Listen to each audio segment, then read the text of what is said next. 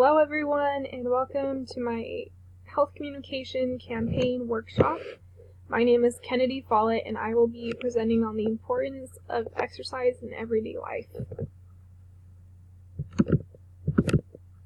So my workshop objectives will be I'm going to explain the topic a little bit more, why this is an issue, why I chose the topic, also some of my personal experience with this topic. Some common misconceptions about exercise, some new ideas and ways to think about exercise, and the benefits of exercising 30 minutes a day, and then I'll just have my conclusion. So my topic is about the importance of getting exercise, but also more specifically getting 30 minutes of exercise or physical activity in each day. So this is actually a bigger issue than a lot of people realize because according to the CDC, only 1 in 4 U.S. adults and 1 in 5 high school students get the recommended levels of physical activity. That number is just tremendous to me, and that screams that there's a big issue. Like, this is way bigger than I actually imagined. About 31 million adults aged 50 or older are inactive, meaning that they get no physical activity beyond that of daily living. Not getting enough physical activity comes with high health and financial costs, which is true, because when you're sick, you have to go to the doctor, and the doctor costs money, and it just causes a whole burden of stress. Low levels of physical activity are associated with an estimated $117 billion annually in healthcare costs. That is crazy. That is insane, and that just blows my mind. Not only that, but this is the most important thing to me, is that it can contribute to heart disease, type 2 diabetes, several cancers, and obesity. And this is what you are seeing in a lot of people today. They're struggling with these diseases, and I'm sure that at least one person you know struggles with one of these issues. So this topic, like I mentioned before, is super near and dear to me. I've been working with this. I've been going on a little journey of my own with exercising since last year, and I did start this class in the fall, but I knew that when we were picking a health campaign, I wanted to focus on exercise because I was already doing my own little experiment with myself.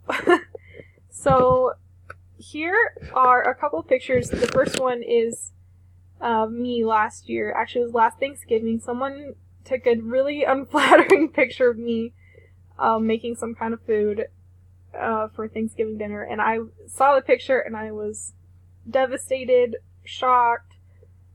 I was super depressed at how I looked. I was like, oh my goodness, I can't believe how much I've let myself go. And also at the time I was struggling with my health. I was going to the doctor just because I never felt good. I was always just sick, and I was struggling to do just day-to-day activities. The picture below that is me just earlier this month after having gone through my own little experiment of getting enough exercise each day and changing my eating habits. I'm not really talking so much about eating habits, but I did want to include that because you cannot achieve optimal health with just one or the other. You need to incorporate both, but for my presentation, I'm just focusing on exercise.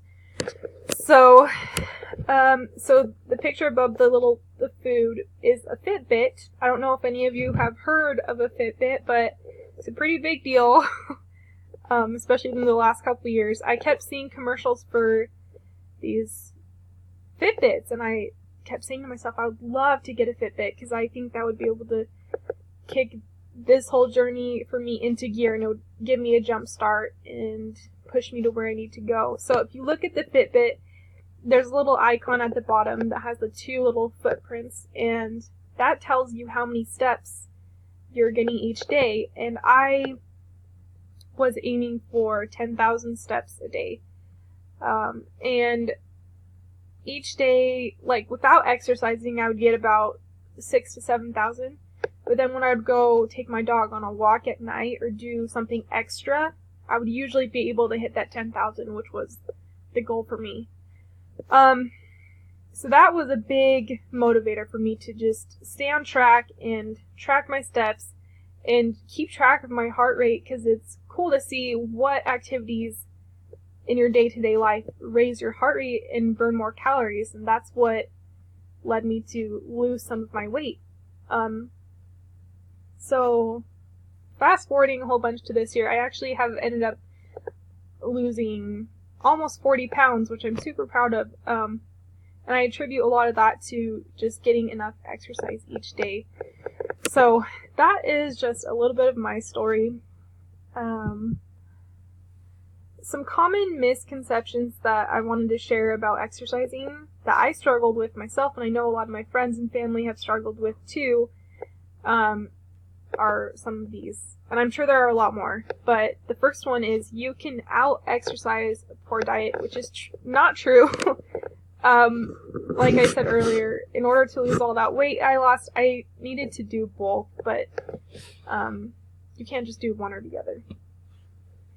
The right exercises produce results instantly. Again, not true.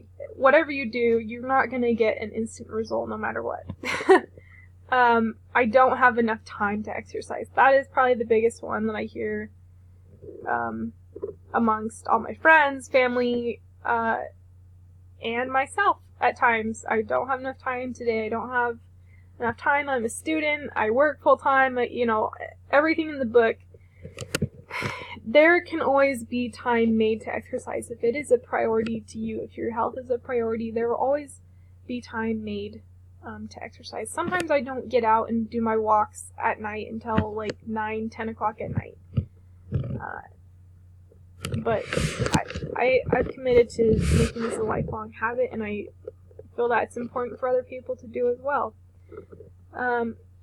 The last one is just that exercise has to be grueling or unpleasant, which is not true. A lot of times when I was younger, I would think of exercise as going to the gym, and the gym would be unpleasant for me just because of the environment. I didn't like it, and it just wasn't fun, and it left a bad taste in my mouth. And it doesn't have to be like that. Some new ways to think about exercise. These are all ways that you can get, well, for me, I was able to get my 10,000 steps a day plus. Sometimes, I could get 15,000 steps a day. And these are all things you can pick. I'm sure there's at least 2 or 3 that you are already doing or you love doing. Hiking, walking, rock climbing, dance classes, playing outside with your kids, martial arts, cleaning the house, yoga, cycling, and active video games. These are all things that people already do every day, and these are ways that you can get in your 30 minutes of exercise. This counts. You do not have to go to the gym. You don't have to do personal training. You don't have to do any of that. Any of these options would be awesome. So keep these in mind when you're thinking of something you need to do to exercise. Lastly, I just want to go over the benefits of getting enough physical activity each day. So, like I said in the beginning, a lot of the risks of not exercising are the stroke, the cardiovascular disease, diabetes, metabolic issues, things like that. So the benefits would be your reduced risk of those things. Also weight loss, obviously. I've had that experience. Reduced stress. This is doing my nightly walks or my nightly exercise. As a college student, this has been the biggest thing for me, reducing stress. Oh my gosh, it's amazing. The mood booster, it's an energy boost. It improves your memory, productivity, and you can tap into your creativity. A lot of times when I'm on my walks, I have some of my best ideas. So those are just some of the benefits of getting physical activity each day. And in conclusion, I just want to emphasize, get your 30 minutes of exercise each day to improve your overall health. You will not regret it. You'll see changes for the better, and your body will thank you. Thank you for tuning in.